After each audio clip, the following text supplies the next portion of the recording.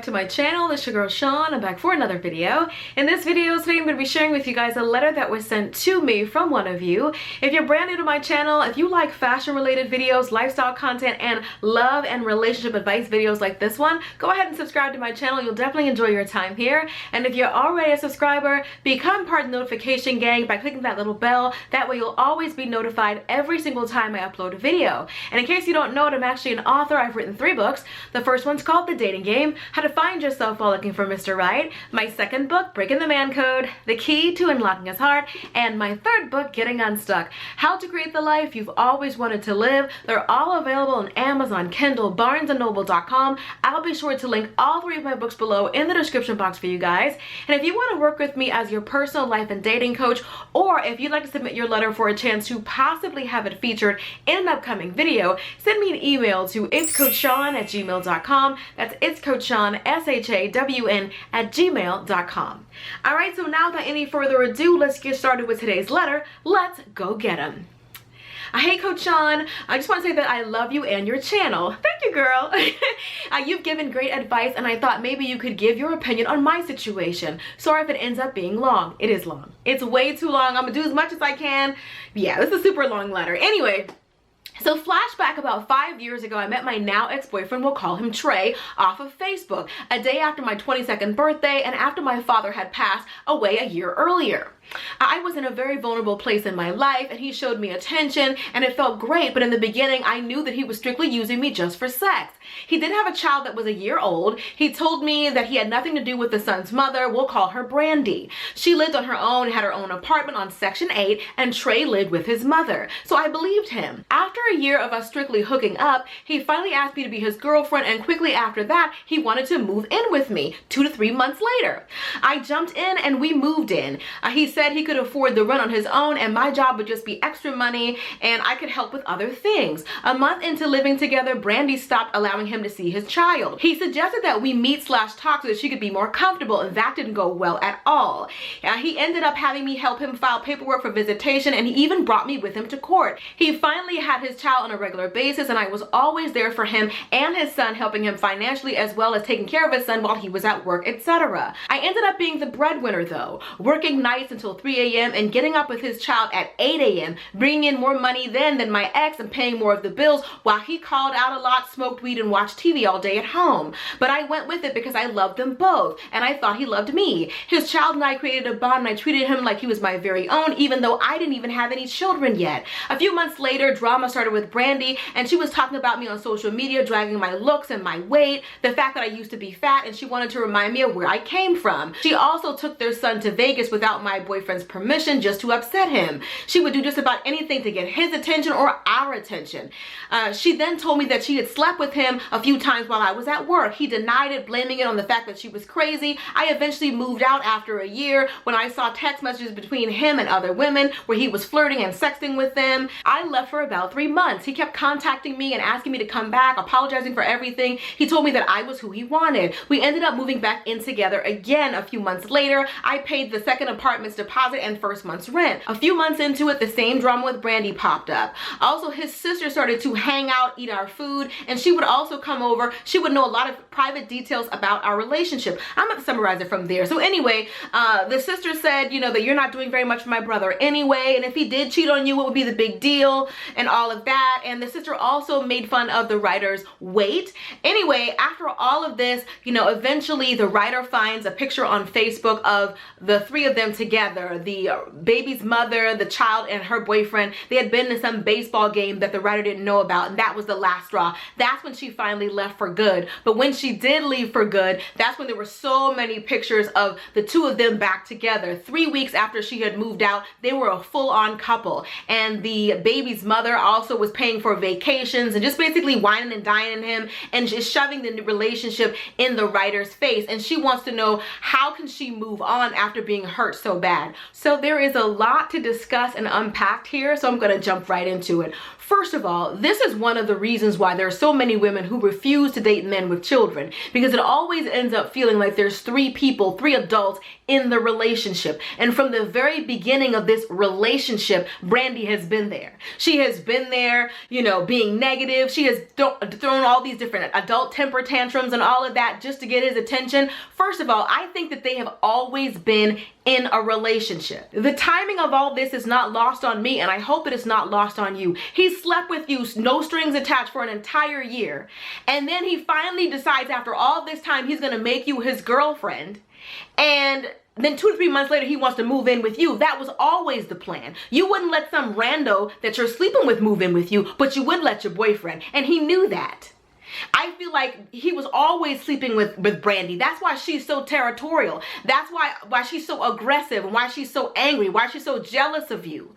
I feel like they've always had a relationship. And even when you talk about how you were babysitting his son while he was at work and you were providing for his son financially, I'm not sure that she wasn't in on it. As sick and as sad and as trifling and ratchet as it sounds, there are women who are fully aware that their men are scamming other women. And as long as they bring the money back to them, they're okay with it. There are women who are okay with their men sleeping with somebody to get something that they can use.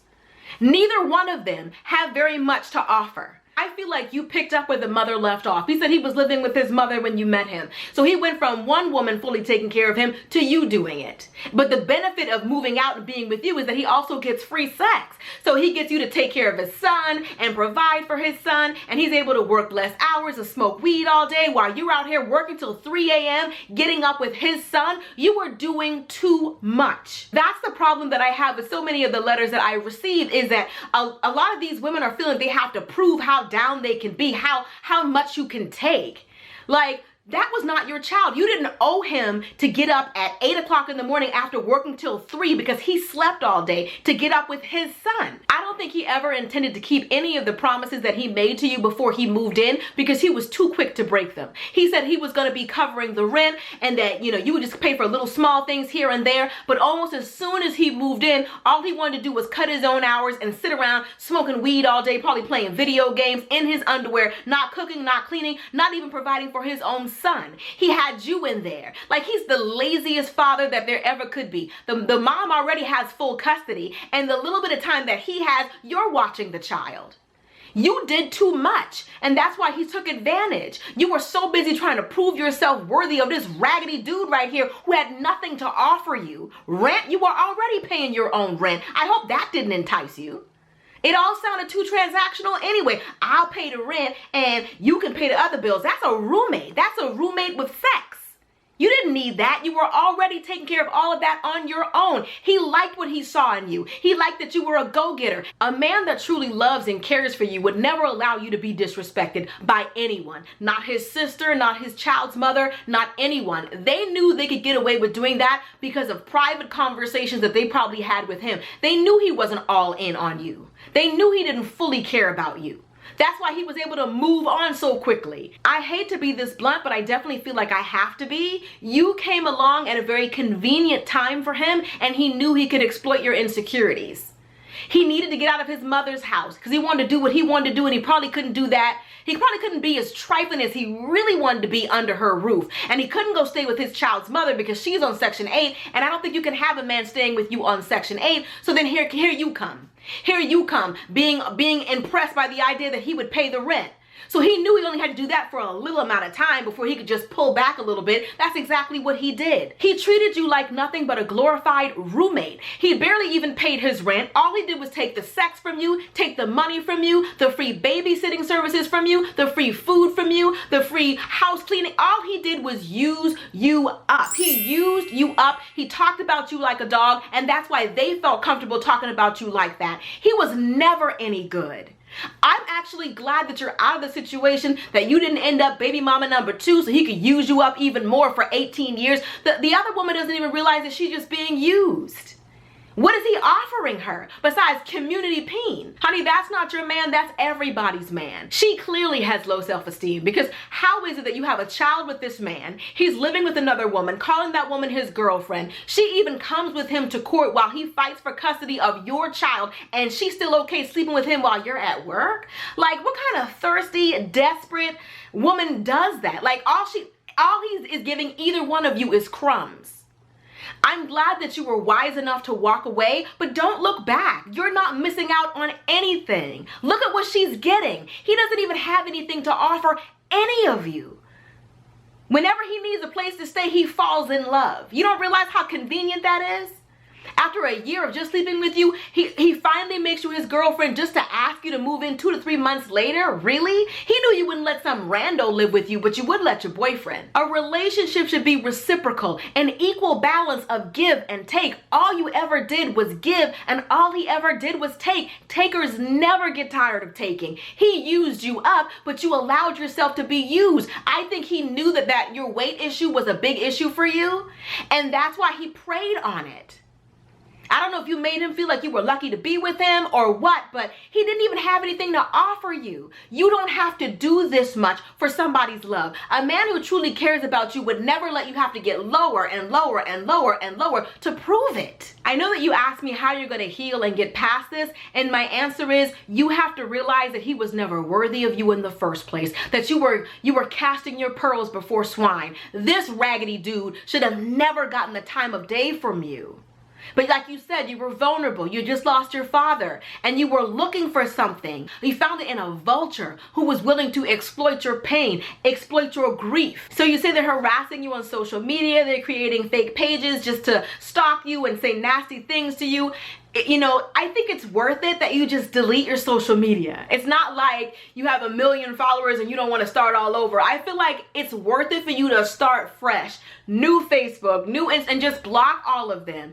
Block that negativity out of your life. You don't need to see that. He was never worthy of you in the first place. You deserved so much better than a lazy man who wanted to sit on your couch all day smoking weed, calling off work, had you working until 3 a.m. and getting up at 8 to take care of his son, babysitting his son, providing for him financially. How do you know the money that he wasn't giving you wasn't going directly to her? And I feel like as disgusting and as despicable as that is, you are free now. You deserve more than a lazy man with nothing to offer.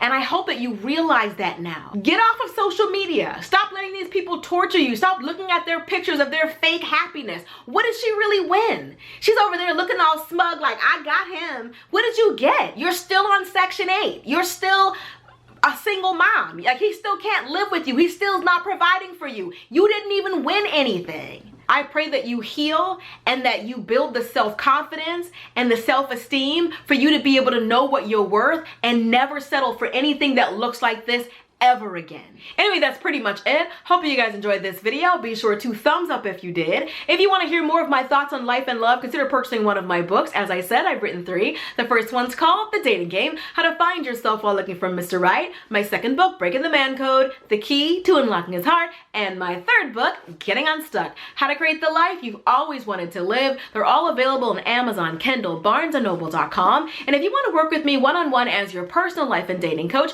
be sure to send me an email to itscoachshawn@gmail.com. That's itscoachshawn, SHAWN@gmail.com. That's also where you're going to send your letter for a chance to possibly have it featured in an upcoming video. And if you enjoyed this video, you'll definitely enjoy my last one, which I'll link right here for you guys to check out. And be sure to subscribe right here. I love you guys. I'll see you all in the next video. Until next time, later divas and dudes.